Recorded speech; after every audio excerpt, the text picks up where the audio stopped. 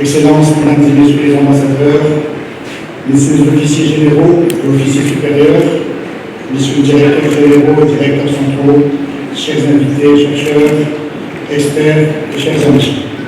Le sujet aujourd'hui que présente l'Africa Security Forum, c'est l'impact du changement climatique sur la sécurité en Afrique. Comme vous le savez, c'est un enjeu très important pour le monde. D'ailleurs, aujourd'hui est l'ouverture de la COP25 à Madrid, donc on est dans l'actualité, on est dans la bonne thématique. Donc nous avons ici parmi nous aujourd'hui environ 350 experts, principalement africains, mais également nord-américains, sud-américains, européens et d'Asie, qui sont là pour partager leurs idées, partager leurs expériences dans leur pays ou dans leur continent, et également de réfléchir ensemble sur des pistes de réflexion pour l'avenir.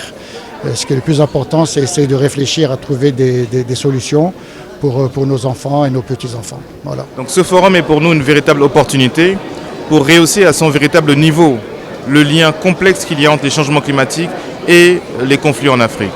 Le Gabon a la chance de ne pas être totalement menacé par les changements climatiques. Donc nous avons, grâce à la forêt, nous avons une ressource naturelle qui est importante et pas trop de problèmes. Par contre, nous sommes fortement engagés en termes de solidarité sur tout le continent africain. Donc le président Ali Bongo est aujourd'hui un des porte-parole de l'Afrique en matière de changement climatique. Aujourd'hui, on voit par exemple les cas d'assèchement du lac Tchad. Le lac Tchad, c'est 4 pays qui vivent autour des ressources du lac Tchad et dont la superficie a été divisée déjà par 2. Donc il y a des dizaines de millions de populations qui sont là, qui ne peuvent pas avoir accès à toutes les ressources naturelles nécessaires pour se nourrir et qui vont devoir sûrement migrer bientôt vers d'autres zones. Et ça peut déstabiliser les zones vers lesquelles ils vont migrer. Donc pour nous, ce sont des questions d'intérêt. On a les exemples, par exemple, de la sécheresse qu'il y a eu en Somalie en 2011, où pendant que les forces armées du gouvernement reprenaient certaines villes, on a des groupes extrémistes qui profitaient à couper l'accès d'eau à ces villes-là. Donc on se voit bien que la raréfaction des ressources naturelles telles que l'eau peut engendrer une nouvelle source de conflit. Donc pour nous, à l'occasion de ce sommet, c'est de prévenir au mieux ces cas-là afin de comprendre quelles peuvent être les incidences des changements climatiques. On a la même chose par exemple sur les épidémies. On sait désormais qu'avec des inondations, etc., on voit les virus Zika, on voit le paludisme qui va s'étendre vers des zones où il n'y avait pas. Donc c'est de préparer aussi ces conflits qui sont plutôt d'ordre naturel à travers la réflexion avec les think tanks qui sont ici. Le think tank Africa Worldwide Group participe à l'Africa Security Forum 2019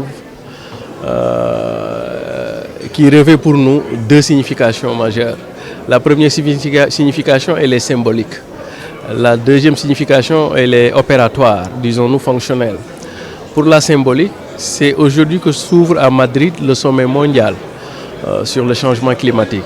Mais c'est aujourd'hui aussi que s'ouvre au Maroc le sommet qu'on peut appeler un sommet africain sur le changement climatique.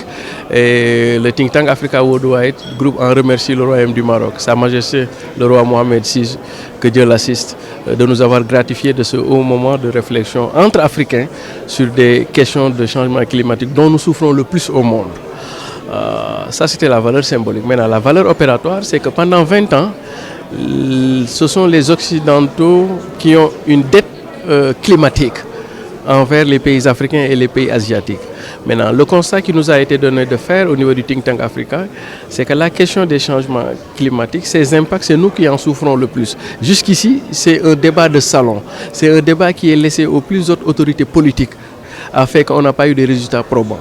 C'est pourquoi nous, au niveau du think tank Africa Worldwide Group, nous estimons que le monde financier doit prendre cette question en main à travers les banques centrales, mais aussi à travers le système financier de manière globale.